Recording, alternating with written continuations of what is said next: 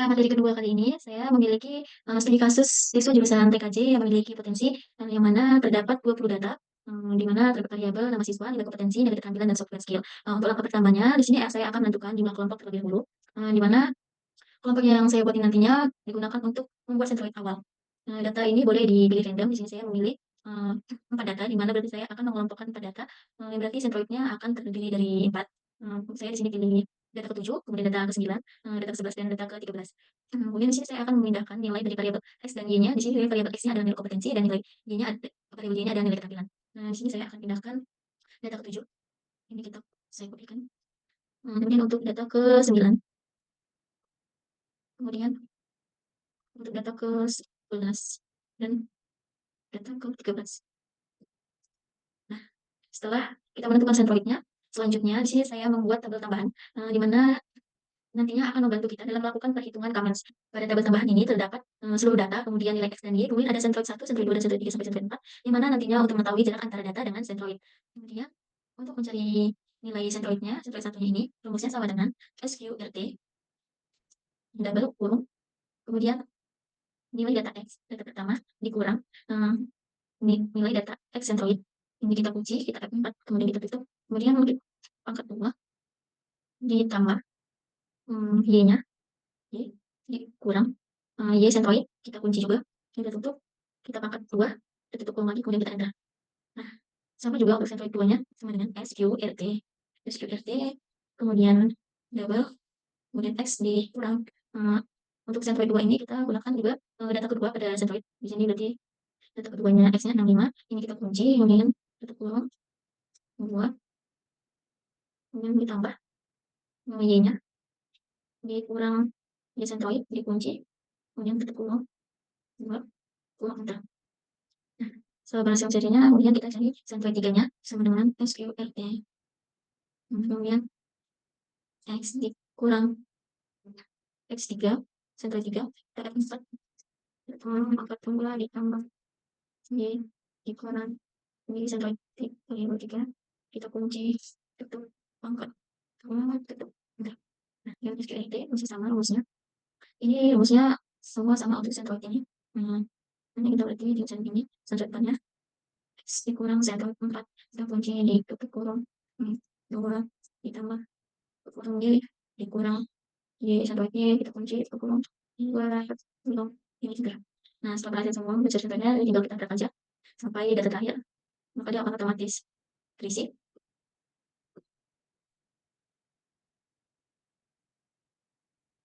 Setelah kita mendapatkan seluruh nilai sentroidnya, selanjutnya kita akan mencari nilai minimumnya. Rumusnya sama dengan ini. Untuk semua sentroid 1 sampai sentroid 4 lainnya, kemudian kita tutup. Kemudian kita tinggal drag saja.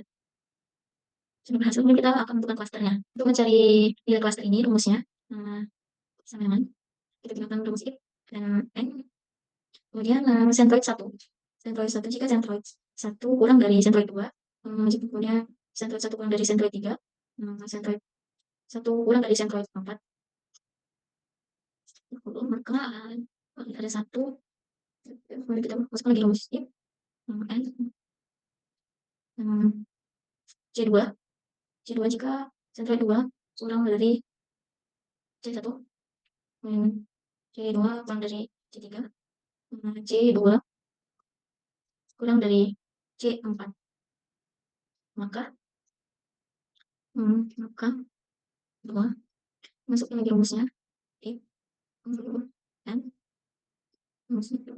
satu C3 kurang dari C1, C3 kurang dari C2, C3 kurang dari C4, kemudian tutup kurung, titik koma, berarti antara 3 atau 4.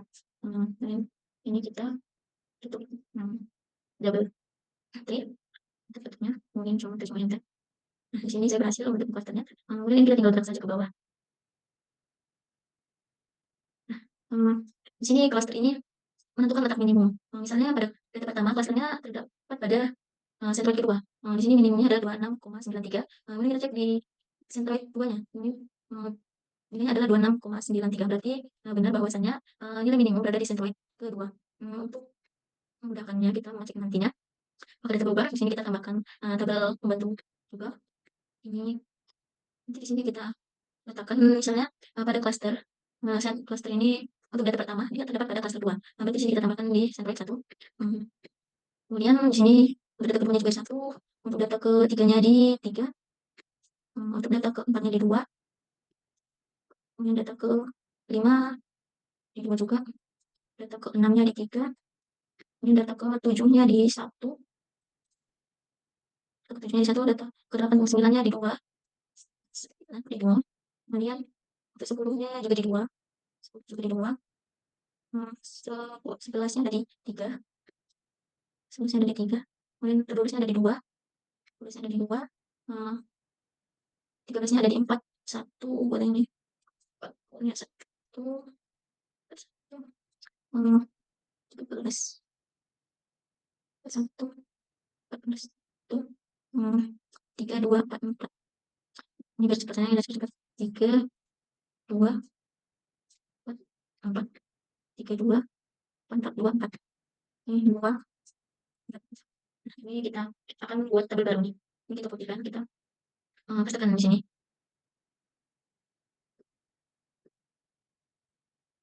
Nah, kemudian datanya juga kita pastekan di tabel baru, di halaman baru. Kemudian kita akan menghitung iterasi 2-nya. Untuk menghitung iterasi 2 ini kita harus menentukan klaster baru terlebih dahulu. Untuk menentukan klaster barunya, Centroid barunya kita dapat menggunakan rumus sama dengan buka kurung.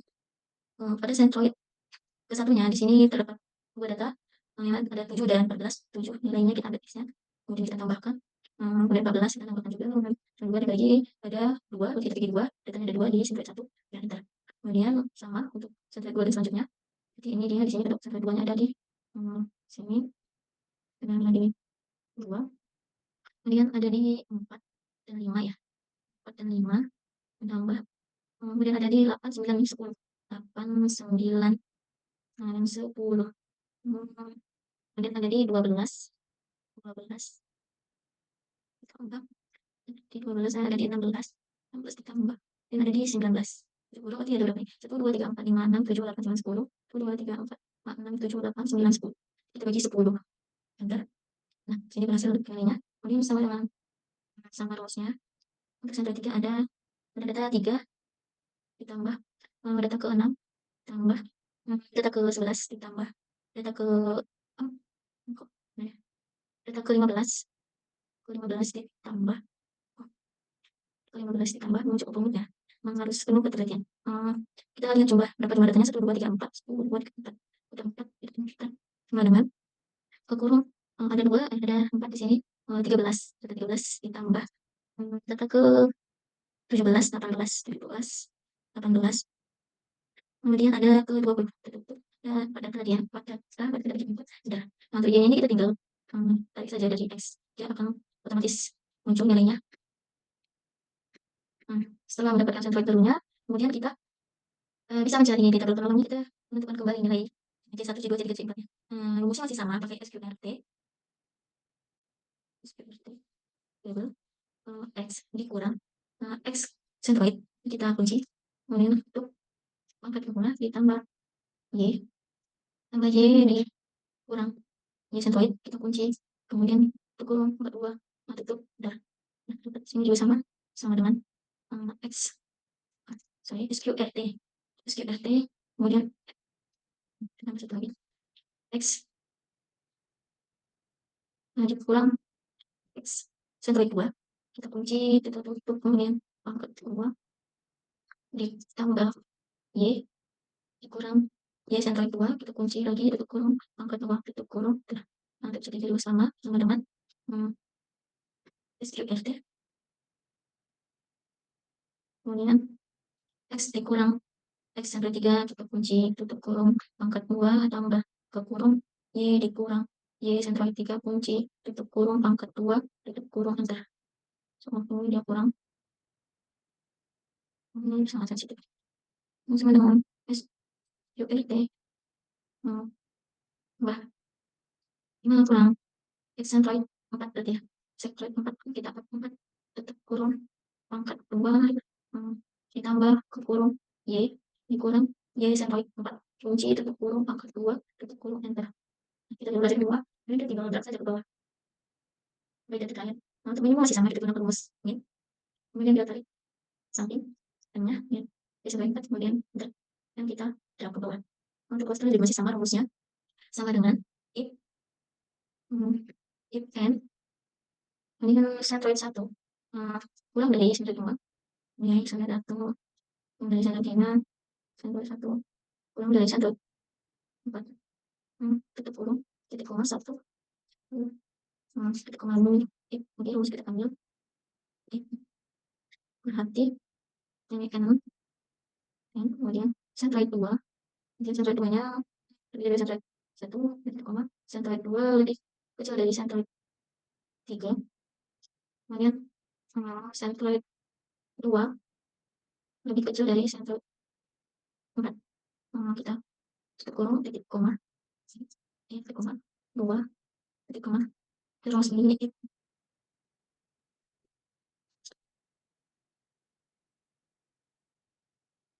untuk cluster dia rumusnya masih sama, rumusnya sama dengan if, rumus if ditambah n, rumus n untuk kemudian centroid 1 lebih kecil dari centroid 2, titik koma, centroid 1 kurang dari centroid 3, titik koma, centroid 1 kurang dari centroid 4, tutup kurung, titik koma, 1, titik koma gitu.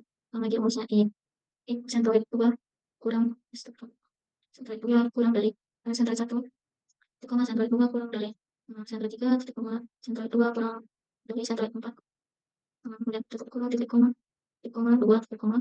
Sekarang lagi rumusnya if n yang centroid 3 kurang dari centroid 1, titik koma, kemudian centroid 3 kurang dari centroid 2, titik koma, centroid 3 kurang dari centroid 4. Kemudian ini kita tutup koma angka 3 atau kemudian ini kita double dari tanda kurungnya, titik kurungnya, dan kita coba enter. Sepertinya ini ada yang sulit tercek terlebih dahulu.